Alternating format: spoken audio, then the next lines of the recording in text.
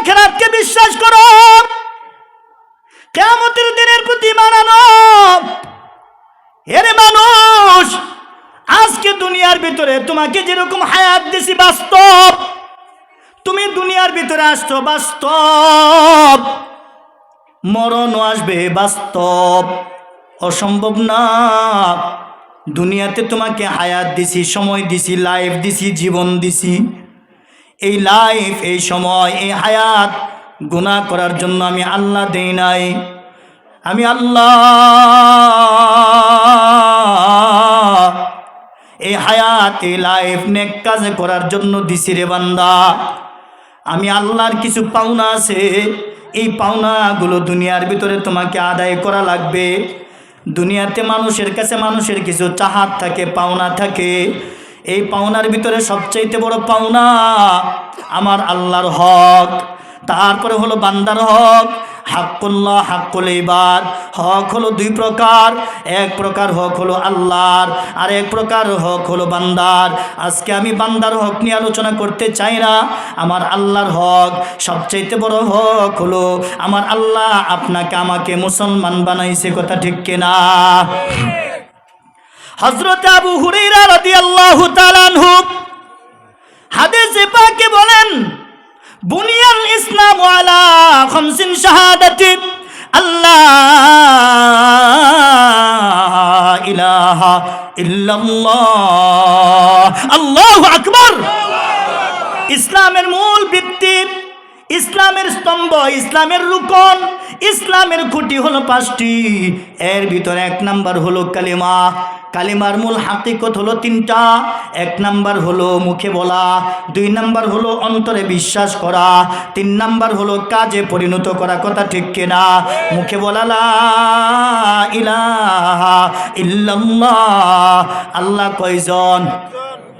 এই কথা বিশ্বাস করার নাম হলো ঈমান। আমার আল্লাহ বলেন, লাউ কানা ফীহিমা আলিহাতুন ইল্লাল্লাহু লাফাসাদাতা। আমি ওয়াল্লাহু ইয়াদউ ইলা দারিস সালাম।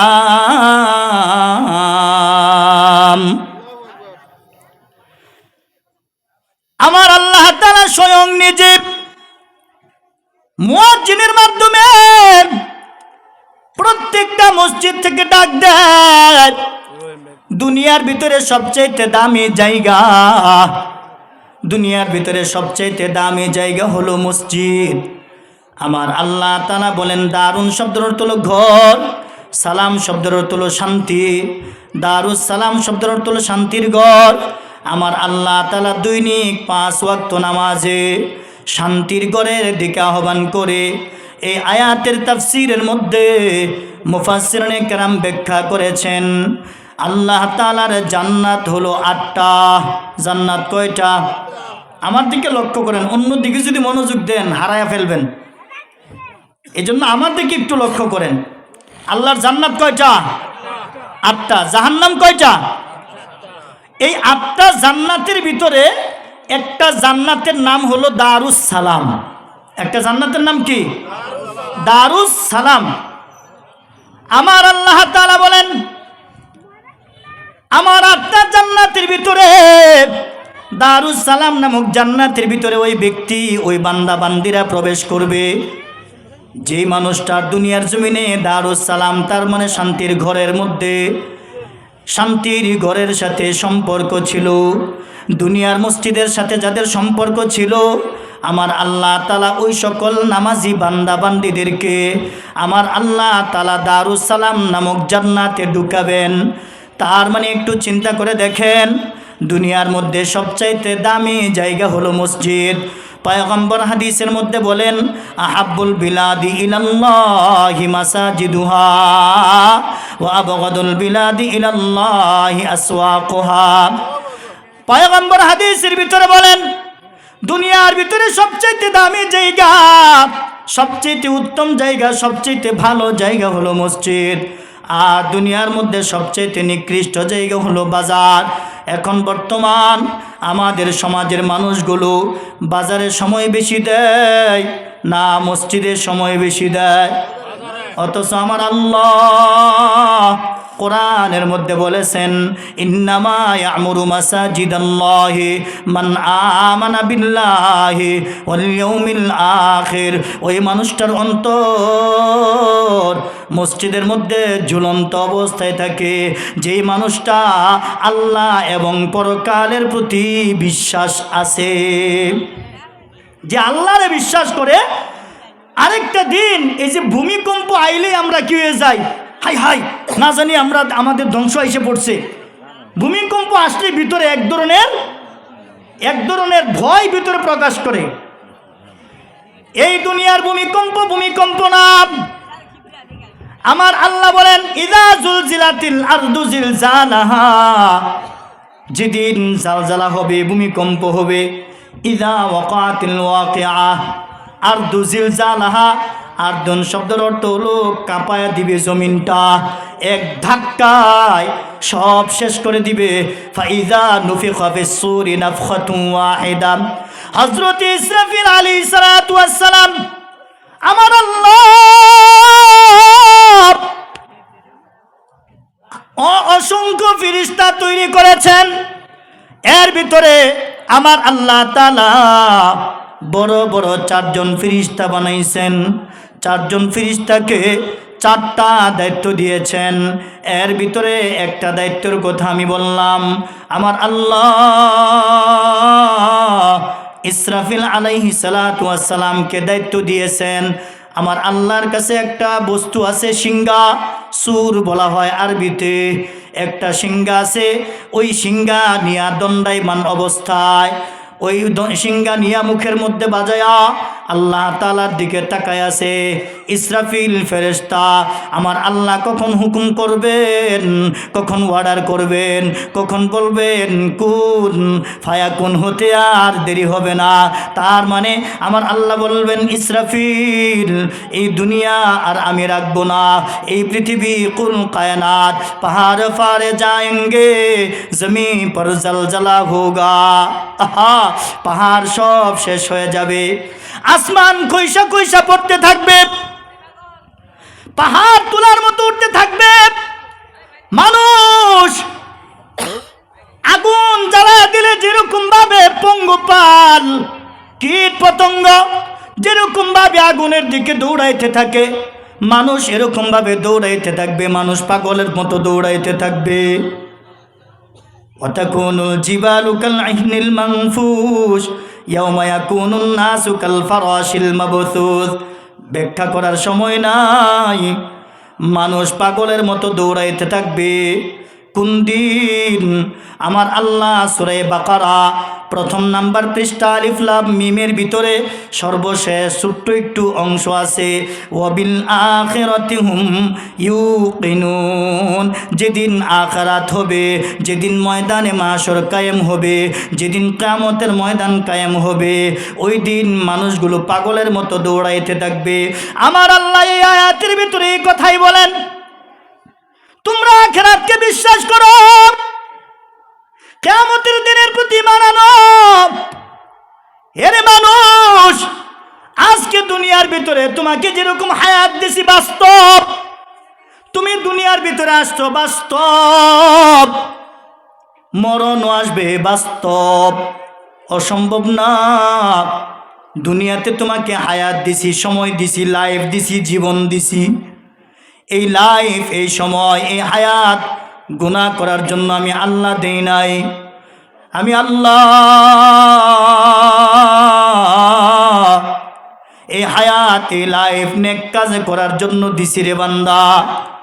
আমি আল্লাহর কিছু পাওনা আছে, এই পাওনাগুলো দুনিয়ার ভিতরে তোমাকে আদায় করা লাগবে। দুনিয়াতে মানুষের কাছে মানুষের কিছু চাহাত থাকে, পাওনা থাকে।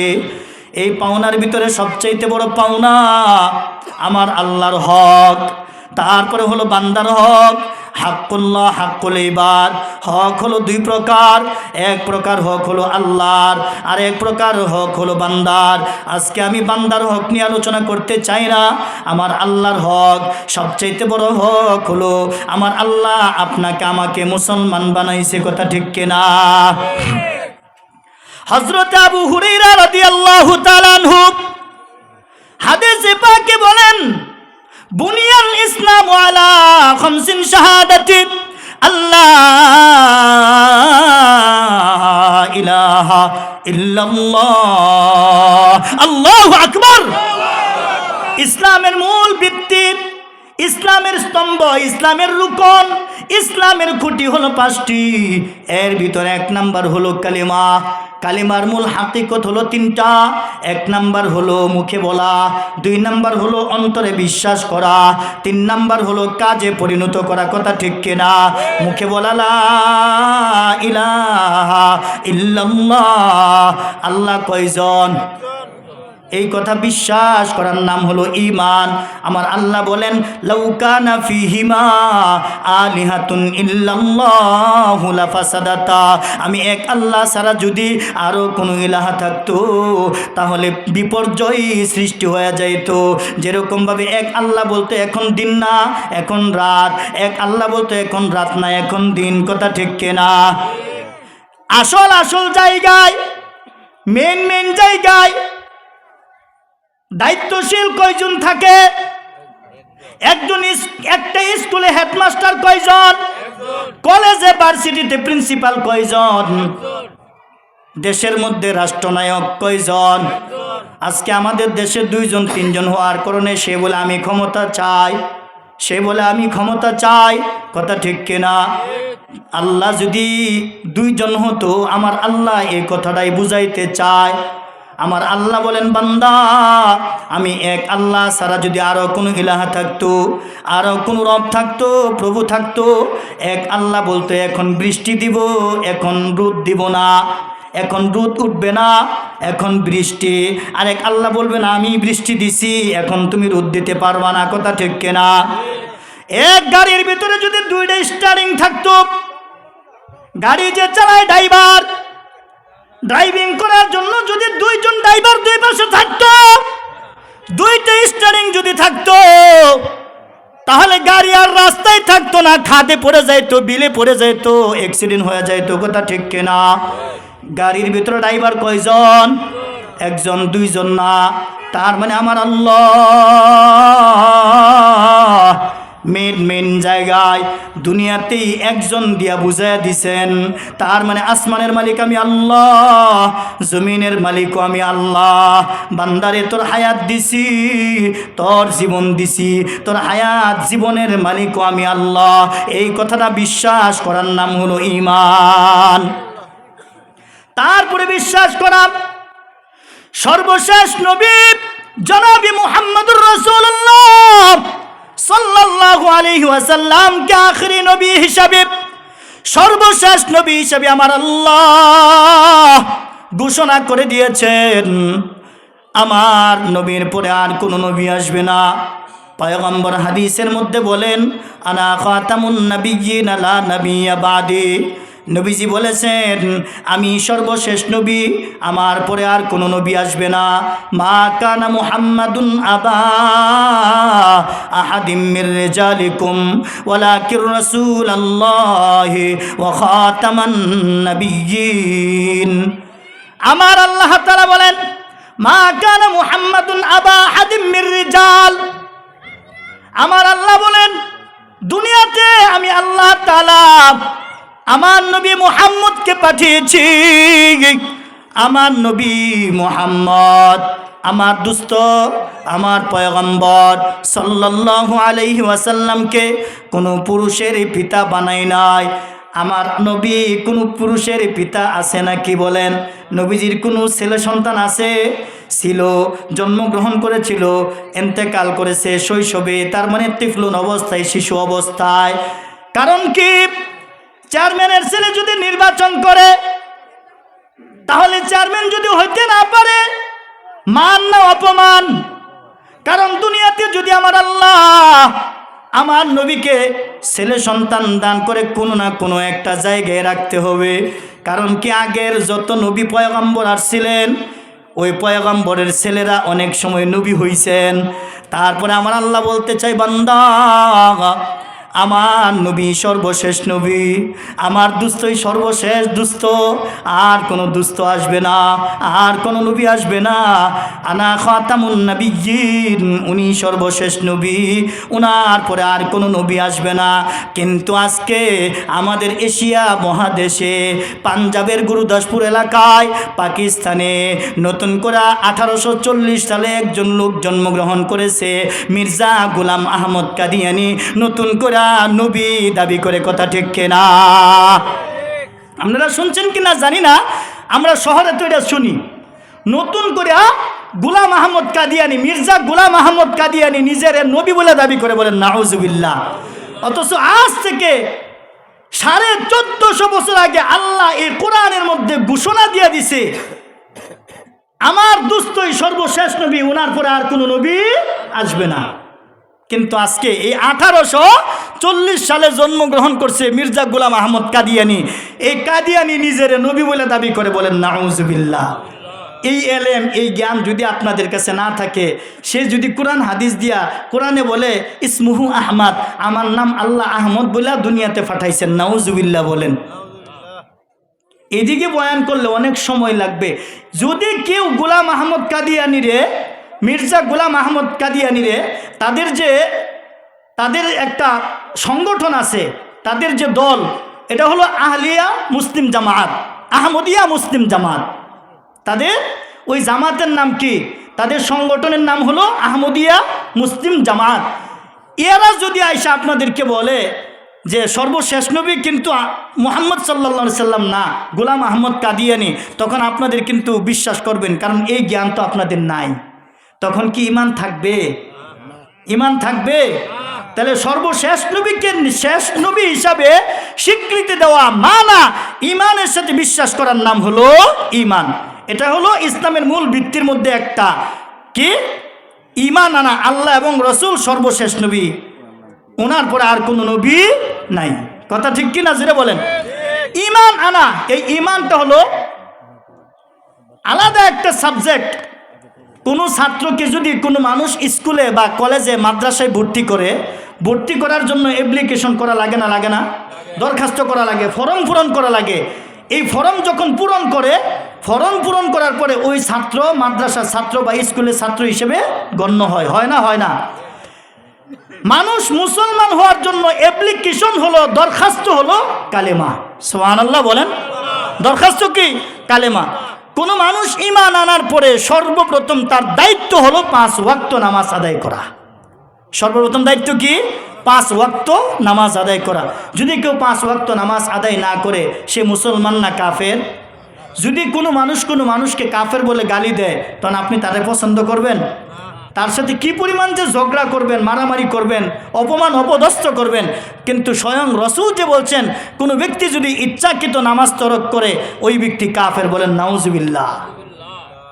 পয়গম্বর হাদিসের মধ্যে বলেন, ইয়াকুলু মান গাদা ইলা সালাতিস সুবহি গাদা বিরায়াতিল ঈমান। নবীজি বলেন, যে ব্যক্তি সকাল সকাল ঘর থেকে মসজিদের উদ্দেশ্যে বের হয়, সেই যেন ঈমানের ঝান্ডা নিয়ে ঘর থেকে বের হয়। ওয়ামান গাদা ইলা সুকি গাদা বিরায়াতি ইবলিস। আর অনেক মানুষ আছে মসজিদের উদ্দেশ্যে বের হয় না, বাজারের উদ্দেশ্যে বের হয়, চা খাবে, গালগপ্প করবে, বাজারে আইসা ব্রাশ করে, বাজারে আইসা মেসওয়াক করে গালগপ্প করিয়া সময় কাটায় বাজারে আড্ডা দেয়। এমতো অবস্থায় যদি এই লোকটা মারা যায়, এই লোকটা ঈমান নিয়ে মরবে না, বেঈমান হয়ে মরবে।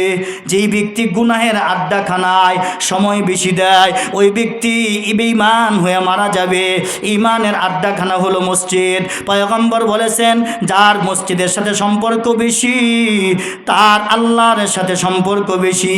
সাহাবীরা রে, তোমরা সাক্ষ্য দাও, যেই ব্যক্তির মসজিদের সাথে সম্পর্ক আছে, ওই ব্যক্তি ঈমানদার বলে তোমরা সাক্ষী দিয়া দাও।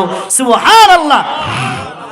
কিন্তু বর্তমান জামানায় মসজিদে যায় সভাপতি হওয়ার জন্য, মসজিদে যায় কমিটি হওয়ার জন্য, রসুল তো এই কথা বলে নাই, রসুল বলেছেন তোমরা মসজিদে যাইবা, মসজিদের সাথে সম্পর্ক রাখবা, মসজিদের কি জরুরত আছে তা আদায় করার জন্য। মসজিদের 1 নম্বর জরুরত নামাজ আদায় করা, কথা ঠিক কিনা? 2 নম্বর জরুরত মসজিদের প্রস্রাবখানা, ওযুখানা, গোসলখানা, বাথরুম, মসজিদের কোন কাজের প্রয়োজন। আমি যখন ইস্তিনজা করতে গেলাম বড় নোংরা অবস্থায়, লা তুকবালু সালাতু বিগাইরি তুহুর, পয়গম্বর হাদিসের মধ্যে বলেন পবিত্রতা হলো নামাজের পূর্ব শর্ত। যার পবিত্রতা নাই তার ঈমান নাই, যার পবিত্রতা নাই তার নামাজও নাই, কথা ঠিক কিনা? চিন্তা করে দেখেন, মসজিদ নোংরা, মসজিদের প্রস্রাবখানা, গোসলখানা, বাথরুম নোংরা, মসজিদের কি জরুরত?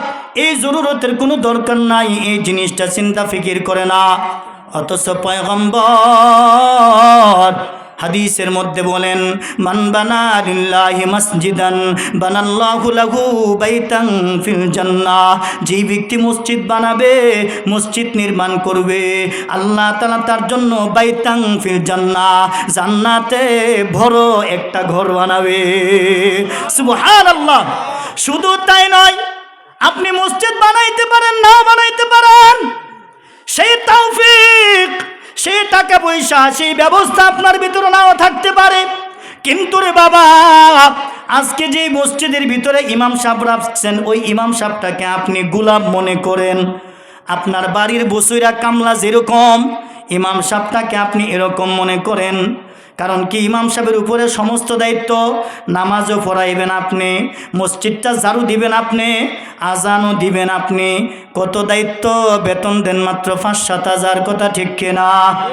চিন্তা করে দেখেন যে এই ইমাম সাহেবের গাড়ির উপরে আপনার জান্নাতের চালান, জান্নাতের সার্টিফিকেট দিছেন, এই ইমাম সাহেবকে আপনি গোলামের মতো ব্যবহার করেন। জোহরের নামাজ পড়ার জন্য মসজিদে গেছেন, মসজিদের মধ্যে বালু আছে, ময়লা আছে, এই ময়লাটা ঝাড়ু দেওয়ার জন্য ইমাম সাহেবকে খেস করে একটা দাগ দিলেন। হুজুর কি করেন, খায় না, ঘুমান, মসজিদটাও ঝাড়ু দিতে পারলেন না আপনি, কথা ঠিক কিনা? জোরে কোন? এই ব্যবহার করে না, করে না।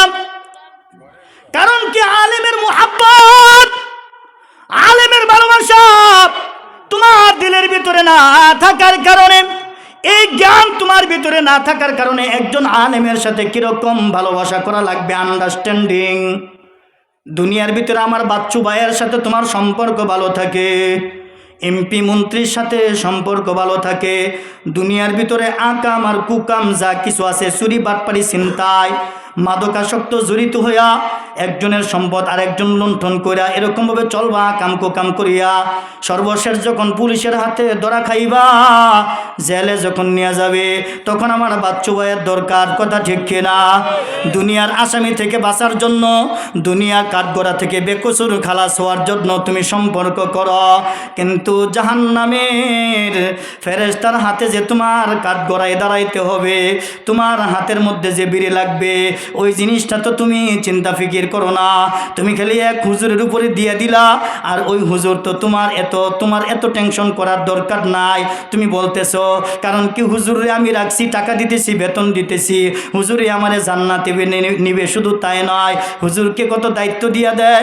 মসজিদের ভিতরে কোনো মানুষ যদি, কোনো আল্লাহর বান্দা মসজিদে ঢুকার পরে যখন এই যে পা দিয়া যখন ঘষা দেয়, ঘষা দেওয়ার পরে মসজিদে যদি একটু বালু লাগে, মসজিদের ভিতরে ময়লা আবর্জনা আছে, মসজিদের ভিতরে মাকড়সা বাসা বানায় রাখছে, এই মাকড়ের জালগুলো, বাসাগুলো যদি কোনো আল্লাহর বান্দা পরিষ্কার করে, রে বান্দা, এরে বাবা,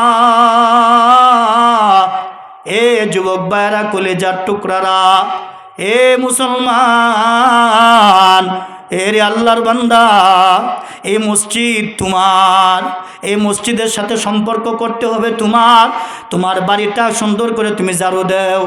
এর ভিতরে কোনো মেহমান যদি যায়, বাড়ির ভিতরে যদি নোংরা পোষা গান্দা থাকে, বিবির সাথে তুমি খারাপ আচরণ করো, রূঢ় ব্যবহার করো, এমনকি বিবিরে তুমি মাইর দূরও করো।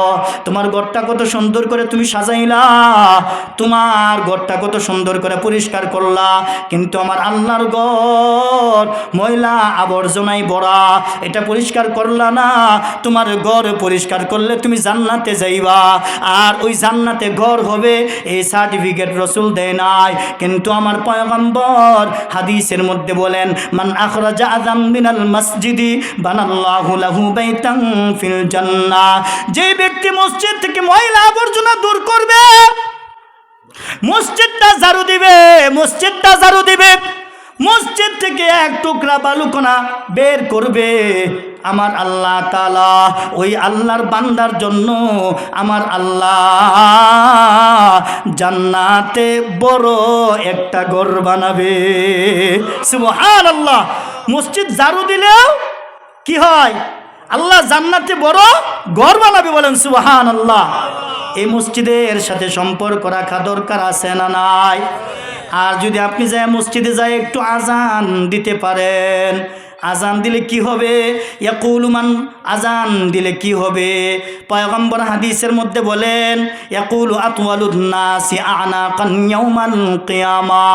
পয়গম্বর হাদিসের মধ্যে বলেন, যেই ব্যক্তি আজান দিবে তার মানে মুয়াজ্জিন হবে, মুয়াজ্জিনের ঘাড় আমার আল্লাহ লম্বা বানায়া উঠাবে। সুবহানাল্লাহ। এই হাদিসের ব্যাখ্যার মধ্যে আসছে, কষ্ট হইতেছে, শেষ করে দেন, একটু কষ্ট হইতে বন্যি, প্রতিদিন তোর বন্যা, তাই নাকি? তো যাই হোক, আলহামদুলিল্লাহ বলেন, আরো জোরে আমিন কন। যেই ব্যক্তি মসজিদের মধ্যে আজান দিবে, যেই ব্যক্তি মুয়াজ্জিন হয়, ইয়াকুলু আতওয়ালুন নাসি আনাকান ইয়াউমাল কিয়ামাহ। রাসূল হাদিসের ভিতরে বলেন, আল্লাহ মুয়াজ্জিনের গাঁটটা লম্বা বানায়া ময়দানে মাশরে উঠাবে। সুবহানাল্লাহ বলেন। এই হাদিসের ব্যাখ্যার মধ্যে আসছে, সাহাবায়ে কেরাম যখন জিজ্ঞাসা করেন, ইয়া রাসূলুল্লাহ কেমনে গাঁট লম্বা হবে? আবার রাসূল বলেছেন, আকতারুন নাসি আমালা, আমলের খাতা বড় হবে, আমলের খাতা লম্বা হবে। আকতারুন নাসি সাওয়াবা, সওয়াবের খাতা লম্বা হবে, বড় হবে।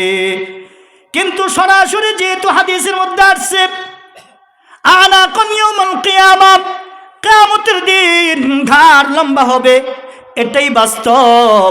তার কারণ কি? আরেকটা হাদিসের মধ্যে আসছে, পয়গম্বর বলেন, মুয়াজ্জিন যখন আজান দেয়, আজানের যে শেষ বাক্য